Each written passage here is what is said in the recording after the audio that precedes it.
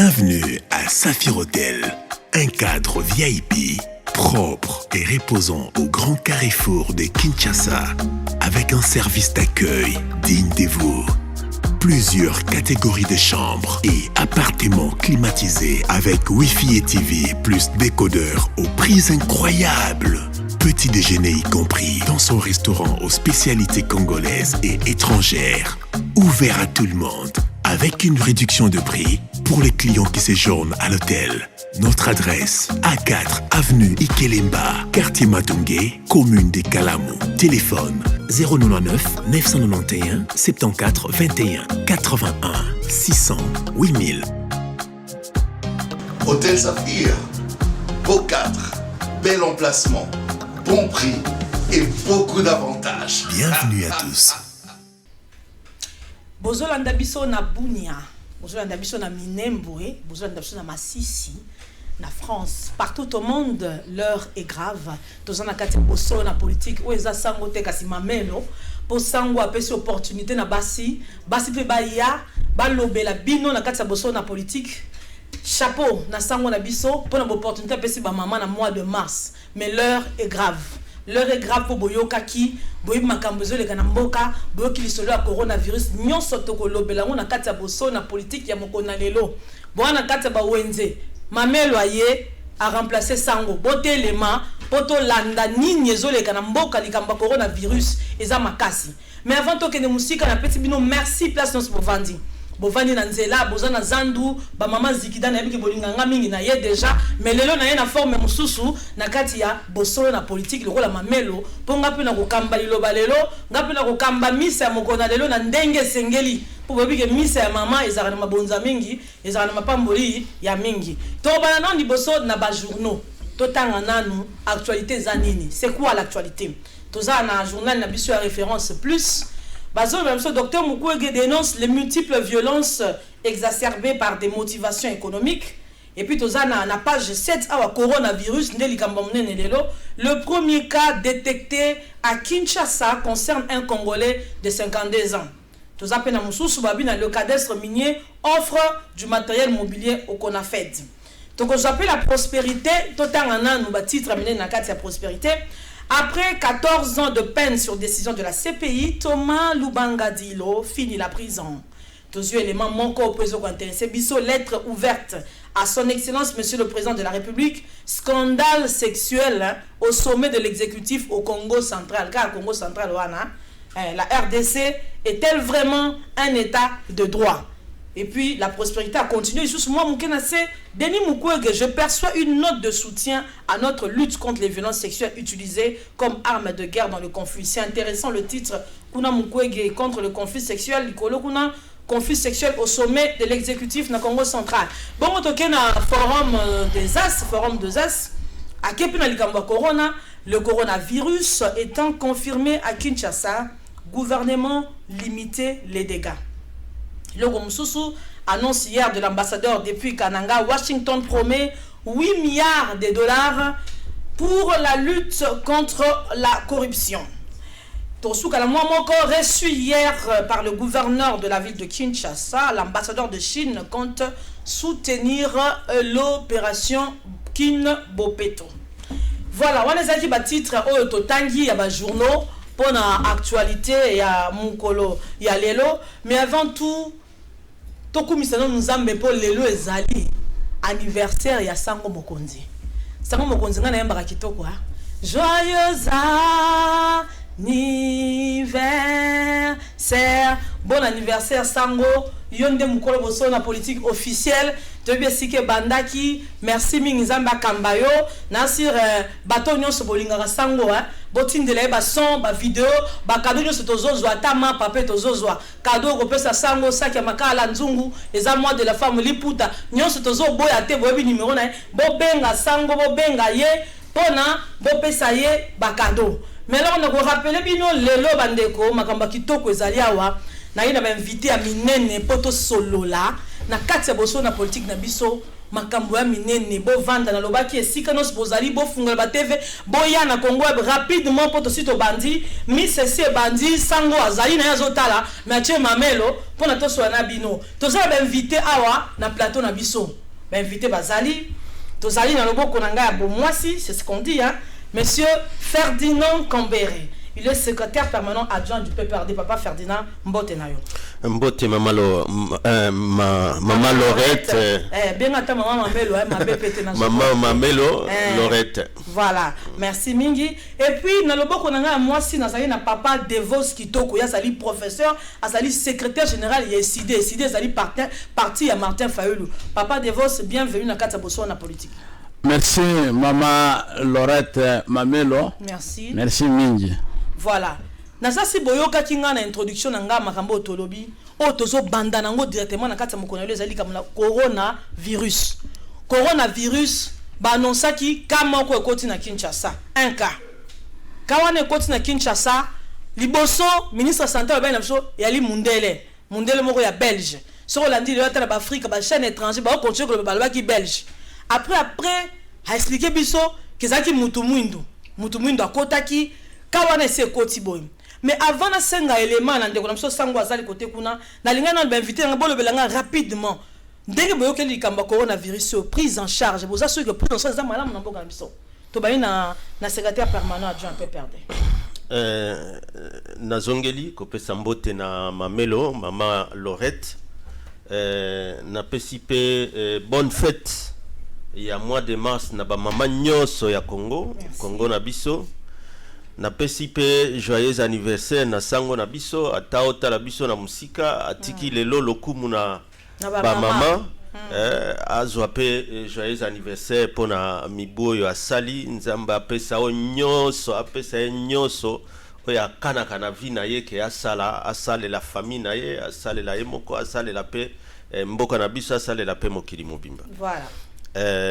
Naka ya information tozwa ki lobby. C'est vrai que tangu mutu nyosa zoyoka mabe oyo corona ezo sala na monde pesa biso nyoso somo na mekaki kotambola na butuana na monike somo ekoti déjà na mboka koyoka ke on dirait ville morte na butu bakota ki malili makasi mais oyo sala souci muke ezande ba contradiction siko na côté information autozui na ministère ya santé babanda ke aza Mundele aza poso ya Mundele aza belge basuka ke non aza plutôt français d'origine congolaise aza ndeko na biso ya 52 ans to ka susu ba information autozui na tongo ke mais isolement wana mais aza en même temps na mwasi na ye batu ba omona ye kutu ba minganga bakimi nyonso ane pesa ke quelque part moi désordre na côté à ministère de la santé il faut quand même parce que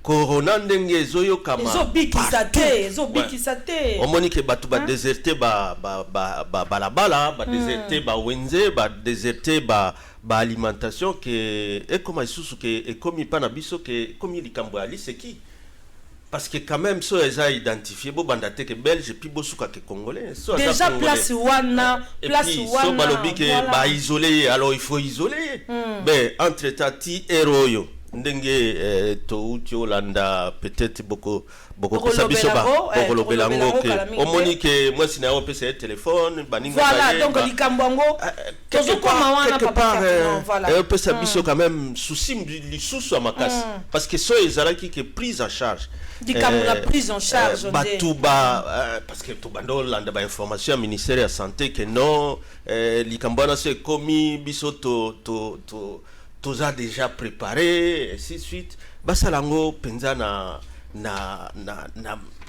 doite nyoso ya médecine que likambango ezala on dirait balomoko boye obeta boye zongi boye beta boye zongi voilà professeur Devos yé pas secrétaire général ya SID kaka mutuna wana prise en charge de likambo coronavirus au ministre baki Mundele après comme mutu mwindu on dirait likambango zoyeba on dirait zoyeba na te réaction na ezanine. Merci maman Lorette Mamelo. Avato banda. Eza mois de mars.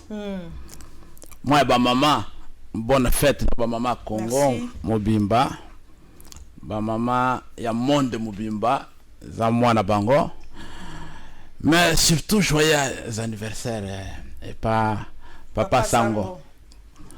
Kolo Eloko. Anniversaire vraiment plein succès. Na musala zo sala ba congolais bazo sepela nango. Mais sikoyo soki tozongeli makambo ekoti na mboka. Eloko liboso photo ya ba que virus wana za danger pour la santé ya batu nyonso. Eso épargner mutu moko te. Mais na mboka na biso eloko zo inquiéter biso za légèreté. Légèreté ndenge bakonzi oyo bayibaki victoire ya peuple. Légèreté bazo kamba mboka, bazo traiter likambo wana. Ndoko wana yaki depuis dimanche. Akota ki le 8 mars. Aye awa depuis dimanche. Ake kovanda na hotel. Ake tala ba famille na ye. Ake na famille na ye ba bandal. Ake na hôpital. Azongi na hôtel. Mais tout ce temps-là, avec combien de personnes de Kouana Zalaki na bango en contact? Encore so muta uti pe poto famille nyonso balinga ko ya ko lamba komona. Donc légèreté bandaki na entrée na aéroport. Maman, wana zakaka ka oya liboso ba crier. Mais na lingina rappelé loko moko. Moment oyo ndeko Félix Tshilombo bakendaki na conférence na États-Unis. Na kati ya conférence wana ba membre mi balé bazalaki na conférence wana bazalaki atteint na conférence on a la conférence kuna na États-Unis au président za na kati oui na kati bazalaki atteint ba membre mi balé entourage ya Donald Trump président des États-Unis baza atteint mais Félix Tshilombo zongi na délégation nyonso bakendaki nango ils sont entrés en roi au Congo. La mise en quarantaine, il fallait bandawana maman. Et pas président et moko. Il fallait qu'on Félix Tshilombo na délégation nyonso comme ma bango en quarantaine kuna musika qu'observer période d'incubation. Pendant 12 jours mon côté. Pendant 12 jours. Même non, asa mutu. Miyo yebi ba Congolais ndenge bazalaka kuna bakendaki bazo balungi ba memonisa bana malamu bazo bondela ba tout ça bazo embrasser batu nyonso baluka ba contact baluka ba soutien. Mais ce n'est pas exclu que parmi bandeko bazalaki wana bazalaki en contact na batu bazalaki malade. Mais oh isiko yo des membres tala kaka mama tala makambo c'est que comme sous Trump yemo paza azana ngo mama eloko liboso tolobaki yango bozwa d'abord Félix na délégation naye botia bango en quarantaine parce que bauti na bisika batu baza contaminé les cas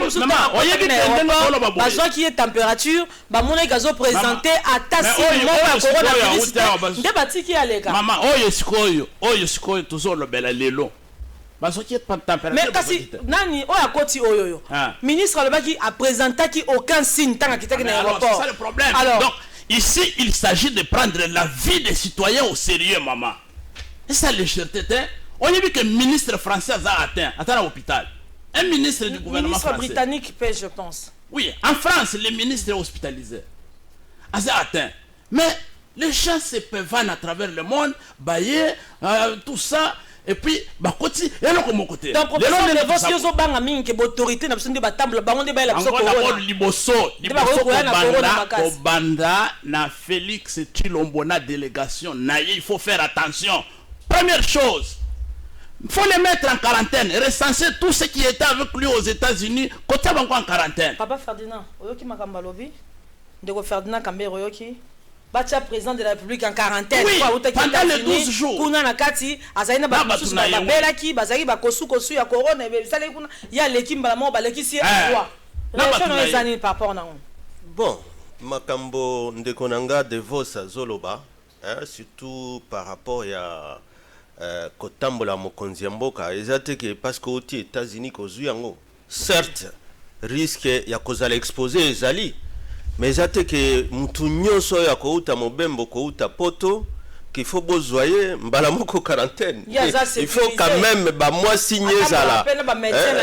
Total à KR moko moni mokonzi mboka en même temps que inaugurer laboratoire sokoli maboko même d'aéroport et loko tozolo ba ezande ministère ya santé batia mécanisme moko efficace à partir de l'aéroport au côté ba signe il y a suspicion ezali que malade wana ekozala quel que soit bokonzi okokota la quarantaine mais ça c'est que parce que outi mobembo que nécessairement il faut ozwa non il faut ba signe ezala parce que so batio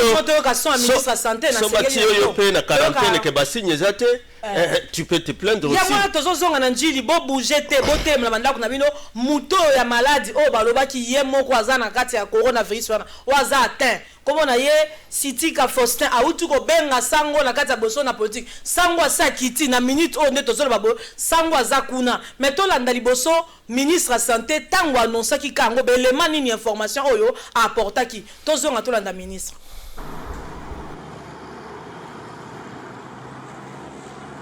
Nous venons d'être informés par nos services attitrés d'un premier cas confirmé de coronavirus Covid-19 en République démocratique du Congo, précisément à Kinshasa.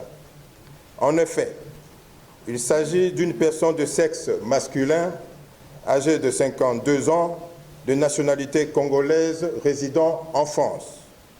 Il est arrivé à Kinshasa le 8 mars en provenance de la France. À son arrivée, il ne présentait aucun signe de la maladie à coronavirus. Il a été consulté dans une clinique de la place pour des symptômes suivants: la fièvre, la toux et le rhume. Sur la base de ces symptômes et au vu de ses antécédents, c'est-à-dire provenance d'un pays épidémique, nos services ont été alertés et ont réalisé des prélèvements qui se sont avérés positifs au Covid-19 il y a quelques heures. Nous tenons à rassurer nos compatriotes de garder le calme en respectant les mesures d'hygiène suivantes: se laver fréquemment et soigneusement les mains avec une solution hydroalcoolique ou à l'eau et au savon. Maintenir une distance d'au moins 1 mètre avec les personnes qui toussent ou qui éternuent. Éviter de se toucher les yeux, le nez et la bouche. Votre gouvernement et ses partenaires vont mettre tout en œuvre pour éviter la propagation de la maladie dans notre pays. Nous en appelons donc au sens patriotique de chacun de collaborer avec les services médicaux et les équipes de riposte pour contenir cette épidémie. Madame, comment on a... Oui. Comment on a... Oza wapi, na France? Oui. Na Paris. Na Paris. Oui. Ozo lingo dénoncé nini?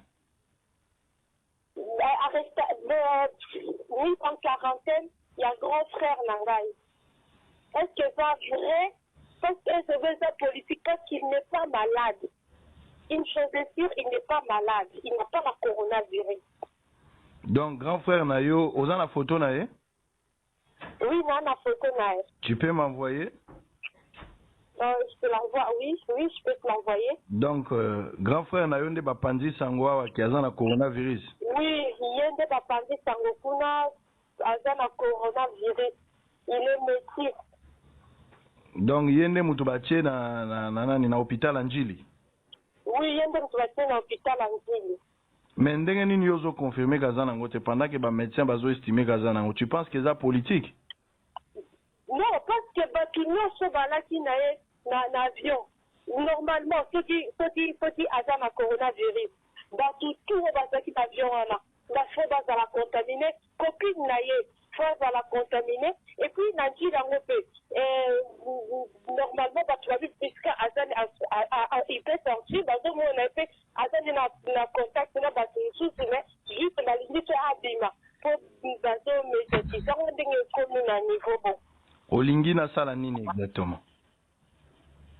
on va être éclairci parce que comme il est comme politique, le ministre a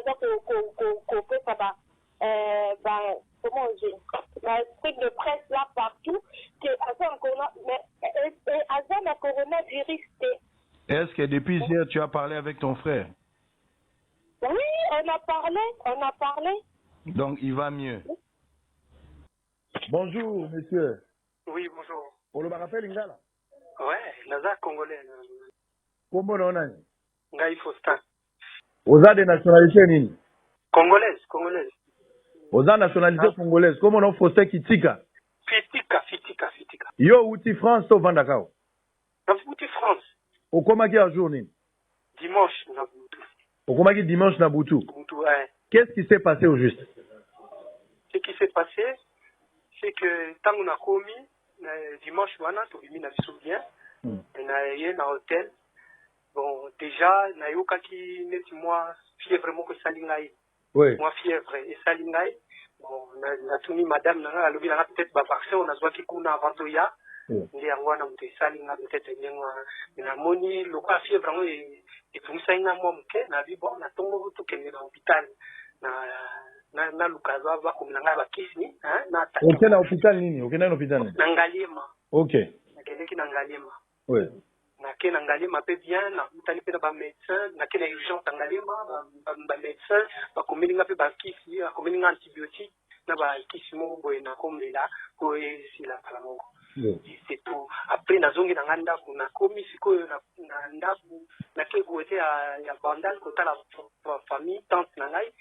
Après na kaka batumba ye na babengi tante na ngai keno bakoya ko baya ko salanga ba examen.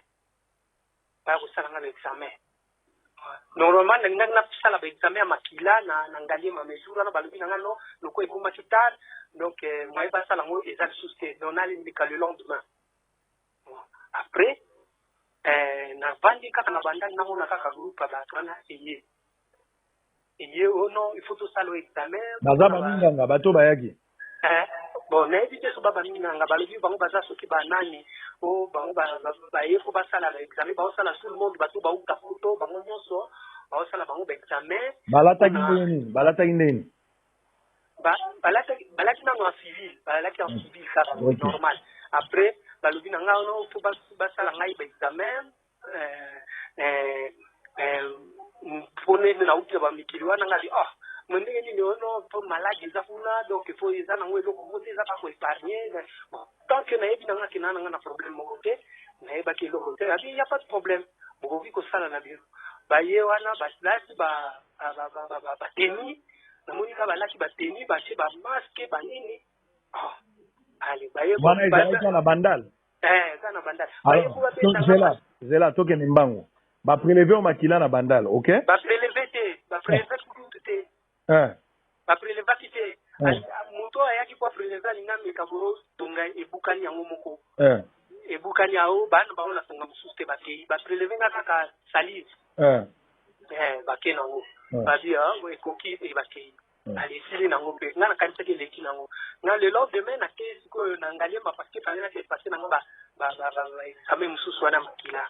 Ndena zonga kisu na Ngaliema hier na Ngaliema ba prélever ngai makila pour na ba vie ba malaria ou enfin état de santé na ngani na ndabo ka fièvre wana ba prélever ngai makila et c'est tout. Après na zongi na hôtel na hôtel na ville la belle vie voilà c'est là-bas que j'étais. Na vandi en famille. Vous avez la chambre numéro combien?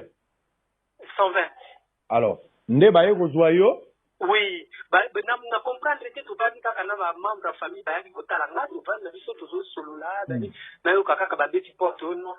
Ba cercle. Oh nini?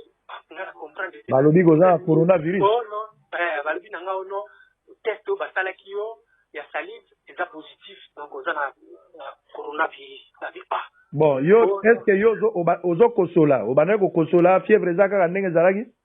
Exactement, na kosola pe sous fièvre zaka ndenge zalaki. Donc nembango po eza TV. Tango bazi yo ba memi yo wapi? Après wana. Après ngai ko mema ngai balobi na nga ba expliquer ngai keno bakomema ngai bakotianga na bacondition ya bien banini bokana lemoni ke naza tak patriote na dit bon il y a pas de problème bomema ngai na place il y a pas de problème botianga na bacondition bien dit mais bamemi nga banda lobi baye kotika ngai awa na Kinshasa soki hôpital ya chinois na place moko boye eza même pas chambre eza bureau soki ndenge nini place moko dérisoire donc bacondition moko déplorable donc donc tolo bana minute oza na hôpital ya chinois na ndi ya chinois ya nazali ya kisiko ndenge na lia kisi moko ozwi te munganga moko aza te munganga moko te ni à manger ni rien ni tout est-ce que ministre ya santé bokutani na ye rien amoninga kutete na moninga très bien naza koya komitungisa te naza koya eloko moko te donc awa nazali nakomi kosinquiété parce que basundoli ngai bato nyonso bakei donc nayebi te donc oza na nani ndenge oza wana oza na nani naza kaka na mwasi na ngai alandi ngai akoti na kati donc mwasi no aza na ye normal aza na ye normal ok nazobenga yo nazoya wana ok Yeshua. Happy birthday, Papa Sango. God bless you. Bye. Le sauveur de mon âme.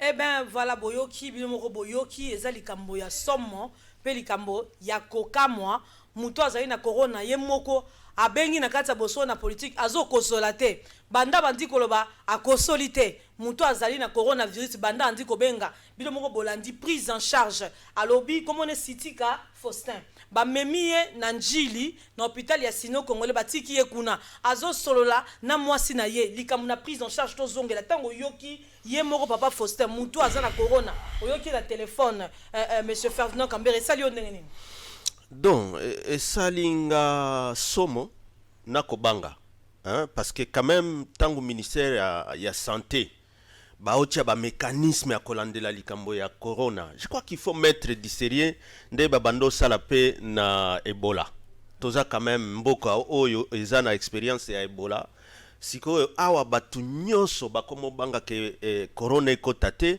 so baza sûr bazala alors sûr que eza corona parce que na ndenge azolo bawana na les nyonso famille na ye ba obanga yete ba yebisa biso ke aza isolé changé hein oza isolé mozo pesa moi sino téléphone azokota pe na kati même téléphone moi sina sololi nango ye moko sololi nango je crois qu'il faut un peu de sérieux na makambo ministère ya santé ba osala basala ngo na bolamo ya population parce que na ndenge wana biso nyonso à partir ya lobby to koti déjà somo donc alors batala likambango sa population ezanini réellement ya solo wana professeur de Vos oyoki mutu ya coronavirus ye moko abengi na boso na politique sango aza déjà na nzela azokende kuna sango ifala ta masque na bagan hein prévention kaka la ta masque donc azokende kuna komona azosolola na mwasi na ye azosola lui bapesi eloko te batie na kati ya bureau moko boye habite so eza sali ya nini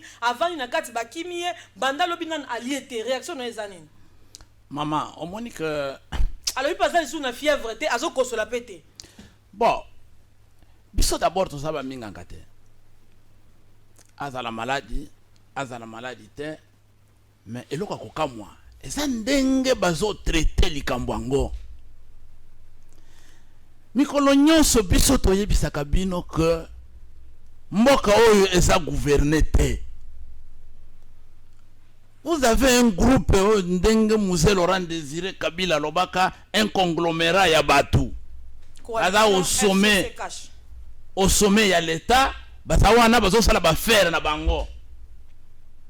Est-ce que façon de quoi na zoloba na façon bazo pesa biso ba message na télévision et pas bakonzi. Ça ne concorde pas, et c'est le comme côté. Message ba pesa kibiso. Balobi ndeko wana ba détecter na virus, ba ke kotika ye na centre approprié kota ba kinkole kuna. Lelo ba yebisa biso, ye wana ye moko azoloba. Aza awa na hôpital ya ba chinois. Na njili. Et place aza wana batie na moi salle moko neti kasho. Qui s'ezate, eloko ezate. Mais azana mwasi na ye téléphone wana mwasi d'abord ayambi mwasi alobi apesi ye après kosolola mwasi azwi téléphone mwasi mpe bandeko na ye bazouta cité bazoya kotala ye bazosolola na bandeko na ye. Mais vraiment ozomona ata oyo eza lisusu incompétence te mama Lorette ekomi kindoki au sommet de l'état oyo yokaka kindoki yango oyo parce que mboka oyo soki ka wana est vraiment et c'est confirmé que ça corona. Mais Kinshasa na ibité pendant combien de temps on va terminer tout le monde. Akomaki na bandal avandi batu ya corona batu ya service c'est balandi bacha tonga botonge bukani bashi kaka soyi baké donc na bandal pas zalaki isusu na batu azaki entouré soki ezaka ya solo azaki déjà entouré na batu. D'abord eza traumatisme ndeko wana zo vivre et le kaliboso ba PC nationalité ba lobi aza mondele ya belge. Mais c'est-à-dire que tu vas maîtriser le côté. Tu vas maîtriser le côté. Tu vas teinture ya pembe, tu vas nationalité belge. Après, à comme congolais. Yo so mona tonga, oy baye ko prélever makila et bukani. Donc maman, tonga bukani ezali banga, ezanzete. Nansoto mutu tonga ebukani. Voilà maman. Et ça passe monene. Le professeur alobi ezali lokola conglomérat. Oui, mais ce sont des aventuriers. Ce sont des aventuriers. Ce sont des aventures ça. Mutu azana corona abengi na téléphone a passé moi sur téléphone. Azali na bandal batie na bureau moko boye. Ba pesi ekisite bana tongo bandal lobi bon, oyebi de vos tango azoloba. Hier azalaka kana makanisi na bango ke o bayibaki vote ya batu. Ça n'a rien à voir. Je crois awa chaque ministre azalaka responsable wana de constitution na biso elobi chaque ministre azalaka responsable ya secteur na ye. Mais okokendeka na cas particulier te siko généraliser likambo. Hein, coalition esali nini na makambo wana. Eza de secteur na secteur. Alors toza secteur ya santé, yango tozo encourager responsable ya santé ati ya moi sérieux na kati parce que makambo tozo yoka et puis si moi somme que quand même prise en charge, il faut balandela lisusu ezala na ndenge ya bolamo ya ba congolais. Eza ndenge wana te. Yende konanga de vos aza professeur munene ya université à partir na cas particulier te pour généraliser likambo que non sikoyo coalition nyoso eza te awa tango yo juger mutu par rapport à secteur na responsabilité o yaza nango na likambo wana biso toza wa kobelela ke ndenge toyoki baso nyoso awa mususu abengi à partir à Paris malade ou suspect ye moko abengi à partir tolandi ba discours wana to utaki olanda sikoyo ministre ye moko ya santé ça veut dire ministre ya santé ministre ya santé nde il faut ati ya nyoso makoki nyoso so ezate asengi na gouvernement ba pesa ye makoki nyoso po ya ko préserver santé ya ba congolais nyoso voilà baba sala examen solo ba vérifier parce que yo kandenge alobi ngana zwaki tonga vaccin avant que na kota na avion na France mais pesa ki moi fièvre yango yemoko volontairement que na hôpital na ngaliema so pa kendaka na kosala ba examen mais que donc je crois que toza awa ko encourager gouvernement na biso eti ya makoki nyoso na likambo wana eza likambo moko ya somo ekotisi non seulement santé ya batu na danger mais ekotisi pe crise hein tala mboka oyo bako yebisa biso ke bana bakende susu classe te batu bakota ba wenzeli susu te batu bakota susu ba bisi te ainsi de suite. C'est pourquoi tosenga ke vraiment batia sérieux nyoso na likambo parce que to mona ba Cameroun place mususu omonaka tango batu ba okita na avion déjà ba bandi ko pulvériser même ba passager même ba avion même na Congo Brazza batia biso ba mécanisme nyoso tu wana parce que ndenge azolo ba wana a supposer que ka oyo ezala ka ya corona te omoni ke mutungisi ndeko na biso wana azui akozala azui yango pamba na traumatisme oyo koti na biso nyonso ba congolais parce qu'à partir d'hier mutu nyonso aza na bagarde même awa peut-être il fallait to mesurer ba centimètre po ba coude ou bien comme makolo na habité soto bandosa la net basango kaka à distance boye il faut to yekola makambo nyonso tu wana il faut donc ministère atia penza programme oyo eko sunga bana Congo nyonso voilà eloko to senga.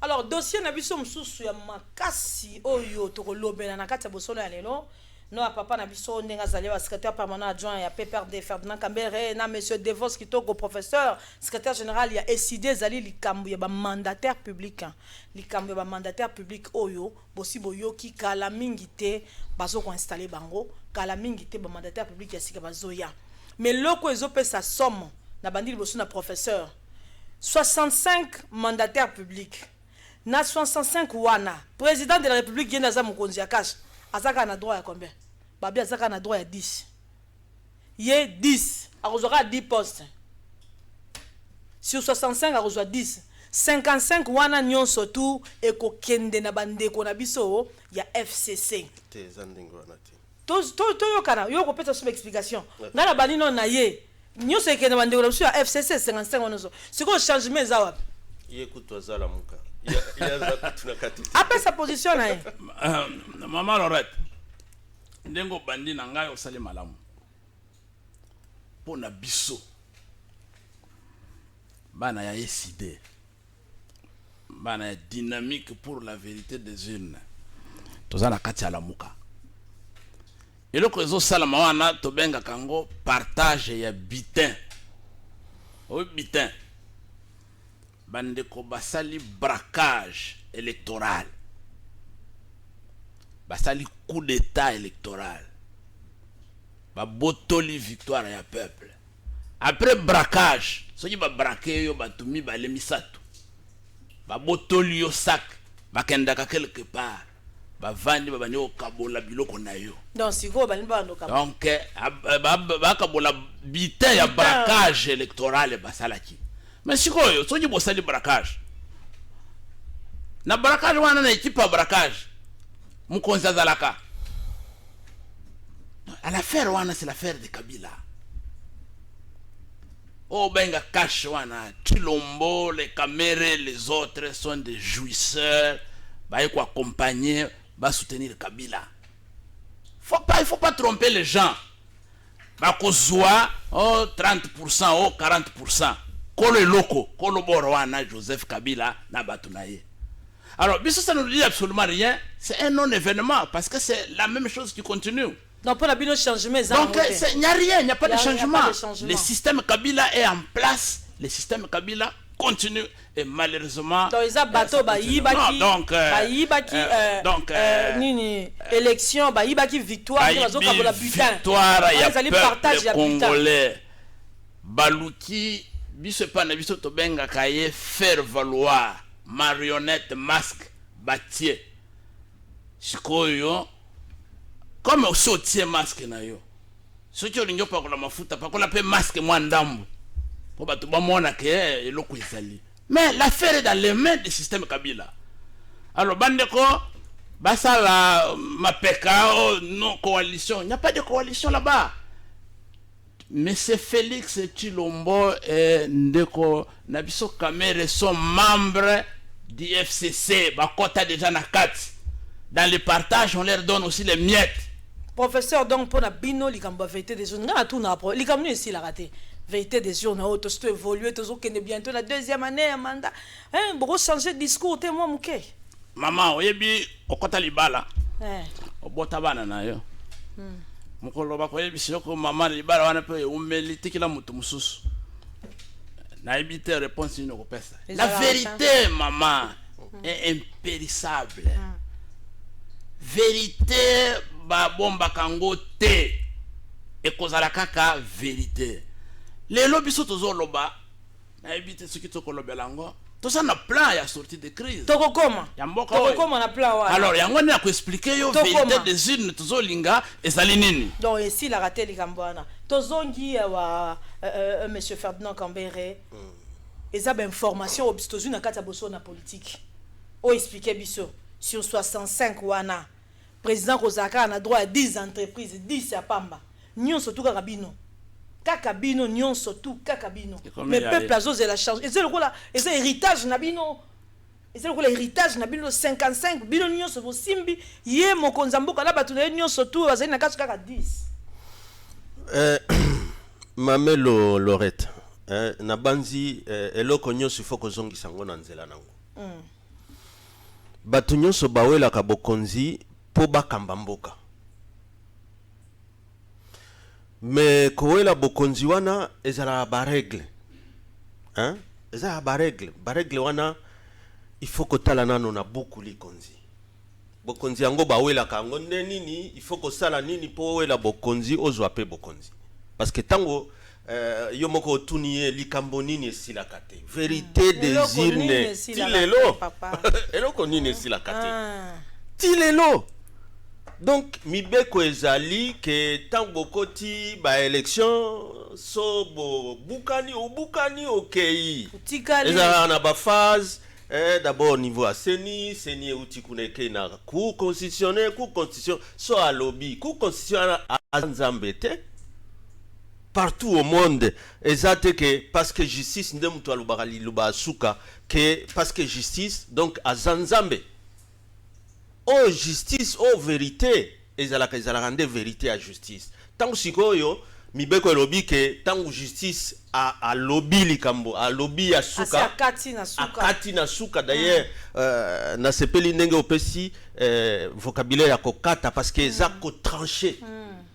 Hein, justice ezala kana symbole il y a couteau à double tranchant donc il y a épée et kati koto et kati koto so a kati à un moment donné il faut que sou qui sali kambo il faut pas qu'on dise alors tokoti siko na likambo à partage ezate ndenge de vosa oloba bongo bango so baganyaka ba élection à supposer que la muka so ezala ki na place à cache que tozape wana parce que bango moko pe bazalaki ko yangela penza te côté ya députation balinga bazwa pe ba député belete donc tolinga ki to sangana kaka alors ko kabola wana ezate que non bité basalaki braquage te tolekaki na nzela ba élection batu nyoso basi bandima nzela wana mais awa toza sikoyo na étape ya ko gérer en commun o ba obenga na coalition.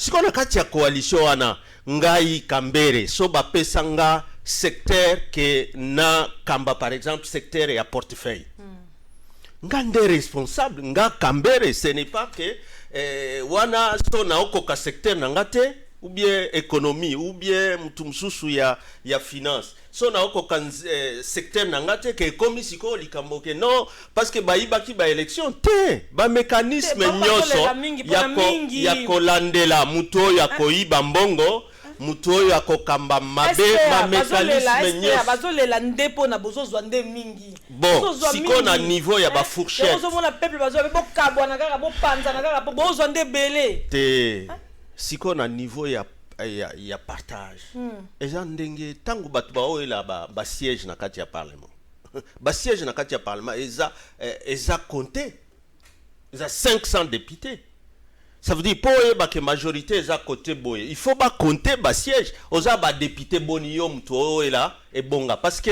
plus oza ba député ça veut dire yo pe bato baza simana yo po opesa ba solution na bango baza pe ebele donc partage on est juste donc T. D'abord, introduction, ezalaki mabe. Ezate que non, 10, ya mokondi ya mboka, 55 côté AFCC ezandengi wanate.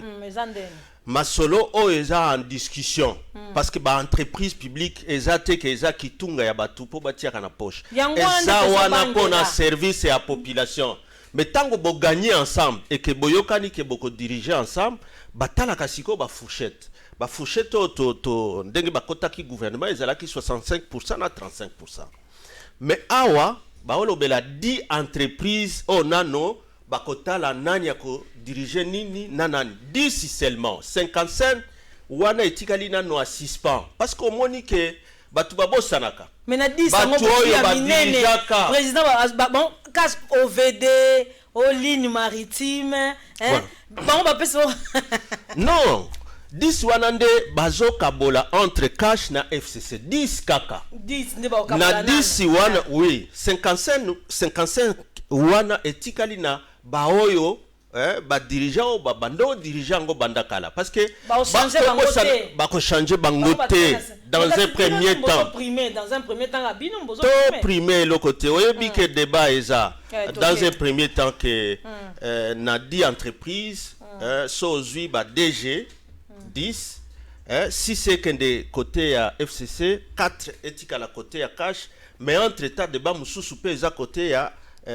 oyebi ya SNCC na Jekamine donc so moni que tobakisi mibale wana ke ekokende côté ya cash donc ekozala 6-6 likambo eza te nyonso wana ka motema ya molakisi nzela Joseph Kabila Kabange oyo alobi au lieu que totikalaka na ba discussion so eza ko permettre parce que bazwaki nano ba entreprise oyo eza na ba intérimaire tosilisa nano likambo ya ba intérimaire totia bato oyo bakokamba normalement na intérêt ya population bati batu po bakendo kamba na intérêt na bango te ndenge devosa olo bango te bati bango bakamba ba entreprise wana epesa ba service oyo elongobani na population congolaise parce que so ozui régie des eaux batu baza besoin ya mai so ozui SNEL il faut batela batu courant partout so ozui ba SNCC wana banzela o nyonso ya ba train ainsi de suite donc ba entreprise publique ezalaka nde na service ya bolamu ya population so bazo bati yo ke okokamba ezate ke wana donc fallait boka ba boutique na yo parlement eko contrôler Kabila yo ki mawa alobite o kyungu wana babekeli bango mawa bazongeli bango mibale wana bana bakobuja ngote parce que ye azalaka mwana ba concession banda kota pouvoir so monique likambo ko bloquer a faciliter na ye bokoti dialogue so bomonique blocage ezali a débloquer po mboka etambola parce que nyoso wana eza pona bolamu ya population nano voilà oyoki Maman na yoki. Heureusement pe explication de konanga Ferdinand peuple pe ayokiango. Alandi Ouais, peuple balandi. Muto ya blokaka a déblokaka. Ye moko. Kombo na ye Joseph. Azala pouvoir ya blocage na ko débloquer. Tilombo nommé Kyungu wa kumwanza na Yuma. Oya blokaka bloqué. Inane leki. Sikoa yo kile mawa a débloquer mais ce qui te débloquer wana ngai na kuzwa oyo et ça se passe comme ça c'est vous dire quoi maman elle est ko changement exact eza kokabola wana ezala kana kombote ata États-Unis partout ata France bakabola kaka répartition ya temps eza malamu donnez-moi le temps je dois parler sinon c'est pas normal comme ça maman et le faut batuba comprendre que changement na mboka ekotaki te tozana mutu moko a blokaka a déblokaka ndenge ya lingi dialogue na loba inde likambo dialogue on comprendre sikoyo biso batutoso tala makambo ndenge zoleka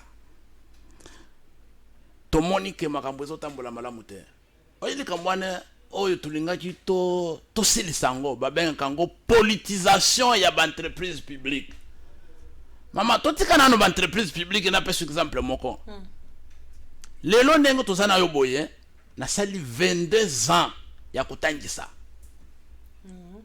22 ans molakisi kotangisa na université na ndenge na saboye soki na lingina koma secrétaire général administratif académique ou bien recteur na institut supérieur il faut d'abord batala na zalaka na parti nini toi yo za décider au comment le temps mais yango na zo yebisa yo donc likamwana koma cop ya Kabila na batu na ye soki ayokeli mutu na ya zwa kike mo zalawana don ayebisi yo pe zwa oyo et ça cop ya Kabila. Et s'il y a quelqu'un qui veut douter que ce pays ici n'est pas géré par Kabila comme il veut, Aya Awa, te démontrer page sur page par rapport à Makambondingue Zoleka. Mais Zoloba Parlement. Mais au lieu du Parlement, on est constitué. Le Parlement là est rempli de députés nommés. Non mais maman biso tokendaki élection Félix Tshilombo na Fayulu Madidi toloba ex-opposition mais Félix c'est ce qui tozui ba pourcentage ya lukuta senya pesi 38%.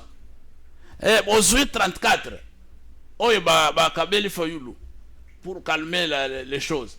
Prenez 38 plus 34, ça fait combien? Ça fait 72. Donc ancienne opposition, tous en a 72%. Il y a pas voix électeur. Élection elle est kaki mukolomoko.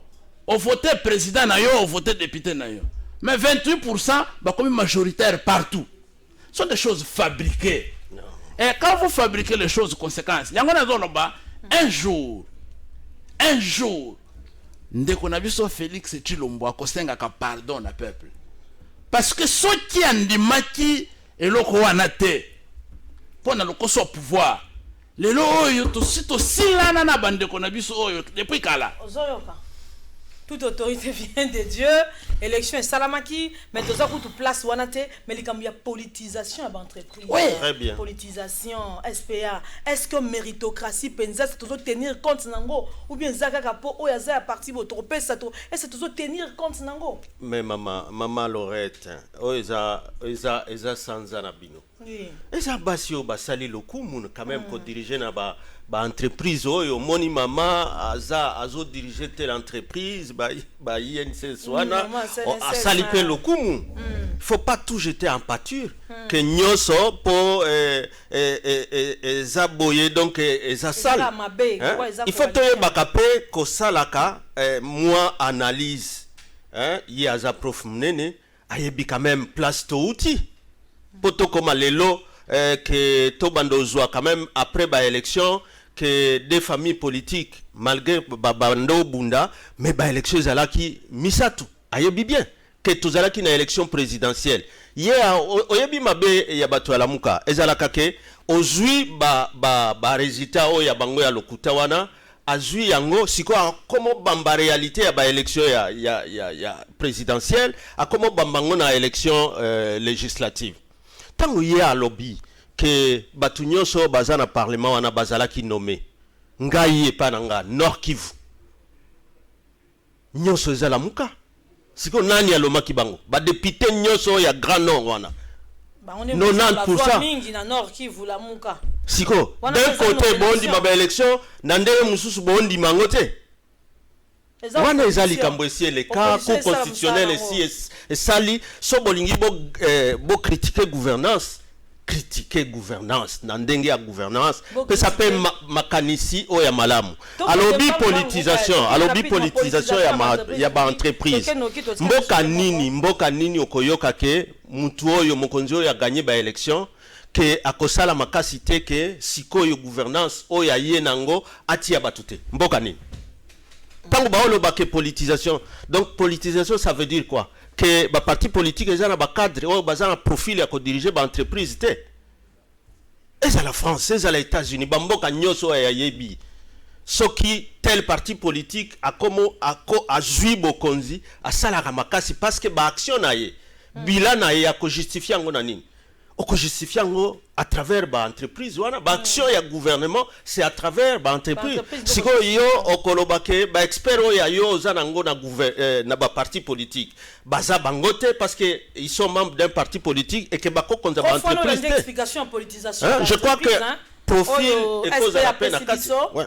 Après si biso explication à politisation na lingina na loba isusu likambo mususu oyo bazongelaka. O Kabila nde a décidé tango na oloba ke consensus Kabila za mutu a dialogue so likambo eza bloqué ke pona likambo boye andimi parce que ba mécanisme a suivi il y a accord et coalition a sali concession est-ce que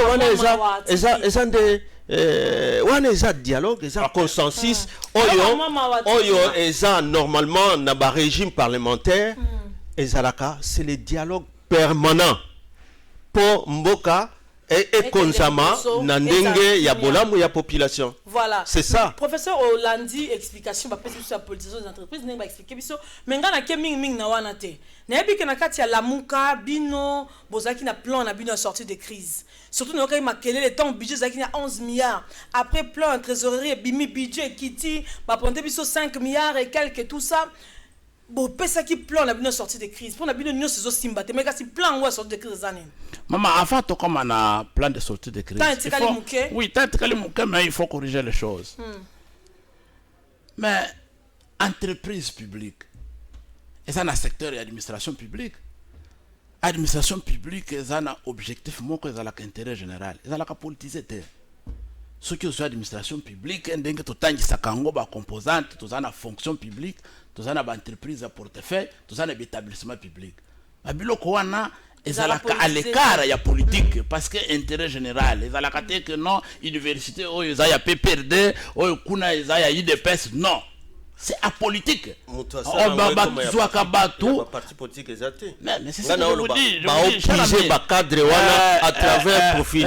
Parti politique, c'est pas ça politisé. Ici, c'est pas ça la politisation. Ici, nous sommes deux responsables des grands partis.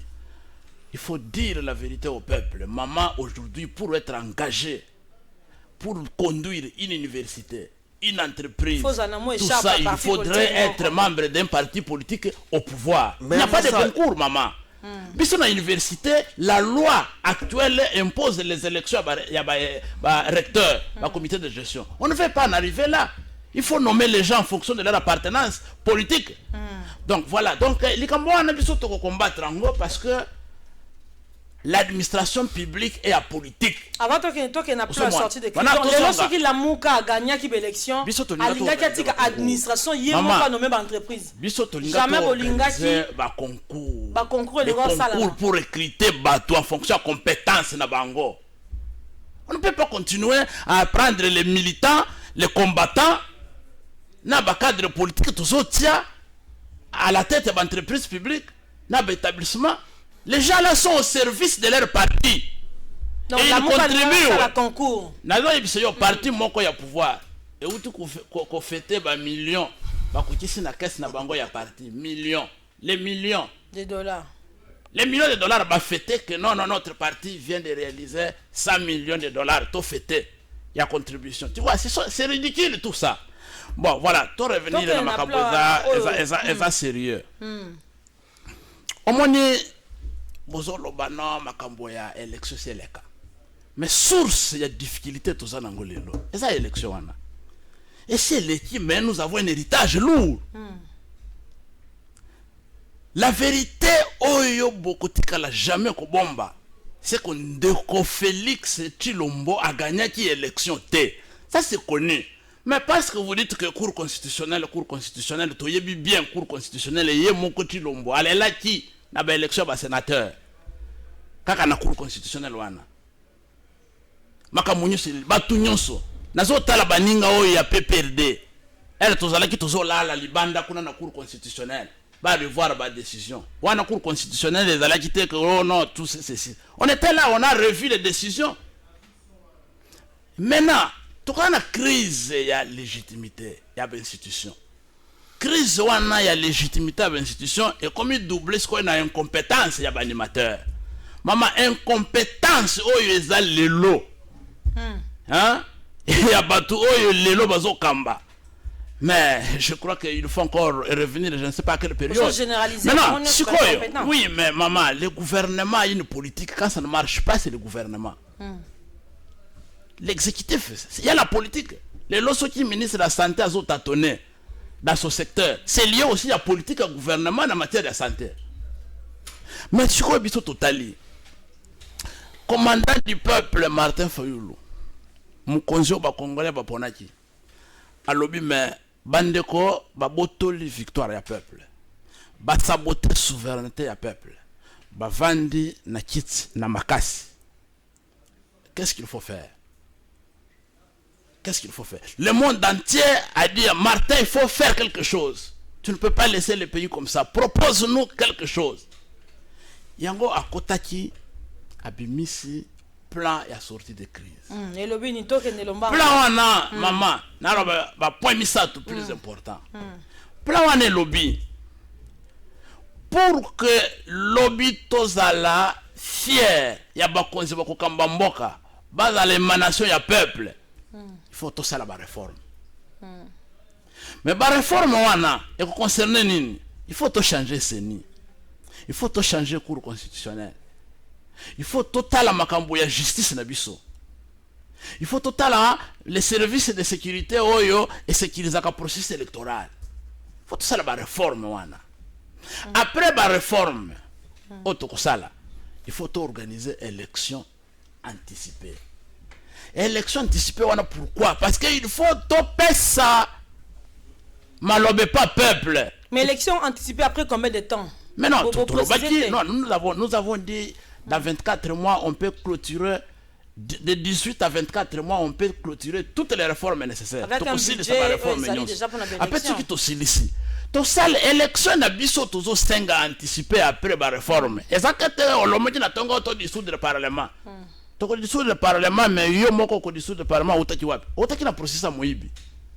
Il faut tout ça, l'élection générale, banda présidentielle, législative, nationale et provinciale. Tout ça, l'élection. Na 24 mois. Bakonzi mama, bakonzi bakobima. Na élection wana. Yango nde oyoki to lobby vérité des urnes. Et bana na élection ya solo. Tozo kene rapidement tozo cité. Oyoki peut en sortir de crise, tozo na crise. Ba réforme peut yango pe mokonzi mboka passer à bandi makamba ba réforme. C'est pas comme ça doit se faire, maman. C'est pas comme ça que ça doit se faire. La réforme, il y a une association de jeunes qui réfléchir sur les réformes. Et kuna aussi Mogel, ceux qui n'ont pas nani basala. Lobby na zwa qui invitation sous au PNID, ceci, réforme. Pour que tout soit la conclusion, donc il y a un parlement. Yo maman lelo ceux qui ont linga kamboko oyo. Ozwa réforme ya kobongisa élection ya lobby, okende kutika ngona parlement oyo ya Kabila. Okozo réforme nini. Parlement ya Kabila, okozo réforme nini. Mais non, faut pas distraire les gens. Nous avons besoin. Martin Fayulu a proposé, il faut mettre en place un organe. On l'a dénommé le Conseil national pour les réformes institutionnelles. L'organe là qui sera dirigé par la Mouka. Par la Mouka. La Mouka des réformes. S'occuper des réformes. Mais oui, mais les réformes, vous ne pouvez pas confier maman. Mais maintenant, leur confier la Mouka organe. Un plan de crise, en gros, c'est quelque chose qui est donc, Zaliga plan de faire la proposition, ou Bango Bazan a pouvoir appliquer des plans de crise. Non, maman, c'est ça. Félix Tshilombo, Kabila et le reste, et pas Nabiso Bazaba problème. Donc, tu ne peux pas, si tu résoudre le problème, tous les solution à problème wana aucun de compétence problème à résoudre le problème. C'est le prof tu résoudre. Mais non, c'est pas comme ça. Tu résoudre. Non, tu résoudre. Mamelo Loreto, omoni difficulté ndegonanga de vos sazana ngo pona expliquer plan na bango crise. Non, j'ai pas de difficulté. Je vous explique très bien. Et puis il faut des réformes. Oui, et puis azolo ba crise doublée na incompétence. Non, eza biloko mi balé qu'il faut séparer. So naza incompétent, so balongolanga balongolinga. So naibi naza moyibi, so que justice zwinga et kanginga na koti na prison. Eza ke pona wana tendo lo ba ke crise. Donc voilà. Donc je crois que plan yango ezate banda balobango mutu ayebi yango ezate mutu banda koloba ba réforme awa so yoki ye bien okomona ke même ezalaki Martin alekaki na ba élection wana ya 2018 alingaki asalaka ba élection anticipée alors kauti oleka na ba élection donc biloko na bango ya Genève nde olanda bango kaka alors que biloko wana totelemelaki yango elekate. Tokomi na suka, tokomi pratiquement na suka, mais bino boye baraton boko na suka, po bino bozali bato bo mesani na boso na politique. Boyaka mingi na sango na suka, bolakisaka ke makambo nos bolobi eza solo. Botombola maboko na bino. Mais lelo eza mamelo. ngana osenga botomba liboko moko mususu botina mutema bo rassurer bo liloba moko na population po bo ebisa que makambo no subolobi eza bosolo to bandi liboso na monsieur Ferdinand Kambere ngana sengi loboko moko mususu na mutema po mobala senga mibale mais mame na sengi tombola moko cha mususu na mutema toke eza kindokite voilà voilà ngai eza serment en tout cas nyoso na lobby que Congo oyo eza na chance que tolekaki ba élection et que donc 5 ans oyo ba pesi na coalition na volonté ya population tosunga coalition na so ba incompétent bazana kati so ba mibi bazana kati justice asala musala na ye parlement esala musala na ye ba institution nyonso eza en place et fonctionner mais koko sabatu que plat crise ezali alors que c'est le même plat oyo Fayulu asalaki nango campagne que Yeso a gagné après 2 ans tokokote susu ba élection confusion wanande bazo continuer kokotisa kabatu mitu voilà donc ba congolais biso to senga nde vérité de solo na nyoso mboka na biso ekende liboso totika kotatonete. Merci beaucoup. Bon, on a zongi na yo prof na biso de vos kito kwa zali secrétaire général ya décidé to komi na suka nde to lobi et pas sango botombola maboko mibale et pas mamelo otomboli moko tila mutema rassurer biso que nyonso lobi eza bosolo po émission na biso komo nango bosolo na politique ala mamelo nandimi ke makambo to lobi awa oyo ngana lobi eza ya solo ndeko nanga asukisi na kosenga vérité na bakisi faux vérité des urnes eye bana ba peuple congolais baya ba que bato babotolaki pouvoir na bango iki koteli bango moko bazoko kali susute totalement pour que to récupérer souveraineté na biso to kotika jamais pouvoir na biso na maboko ya ba aventurier bakende kobebisa mboka chaque jour. Voilà ngai pe komi tulu na ngai na tombo loboka mwasi pona koyebisa bino na pesi lokumu longonya na ba papa na biso o na yambaki lelo le débat était à la hauteur na si bo sepeli bolandi ba vérité nyonso likona likamba coronavirus mais silité sango azo kitazo continuer merci na sango na biso pona opportunité pesi na mwasi nyonso nga na lobia eza bosolo na salo be musana ngai merci. Yeshua. Happy birthday, Papa Sango. God bless you. Bye. Le sauveur de mon âme.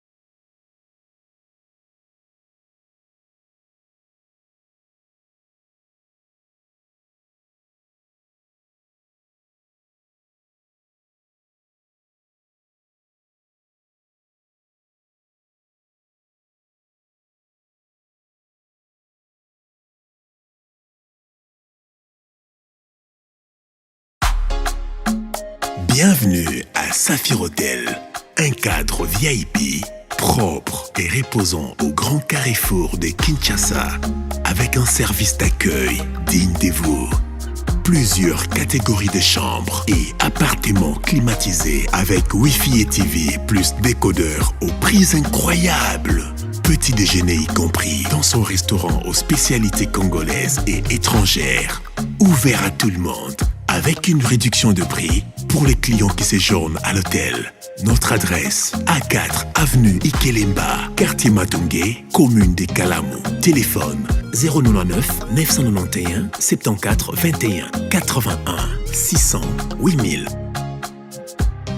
Hôtel Saphir, beau cadre, bel emplacement, bon prix et beaucoup d'avantages. Bienvenue à tous.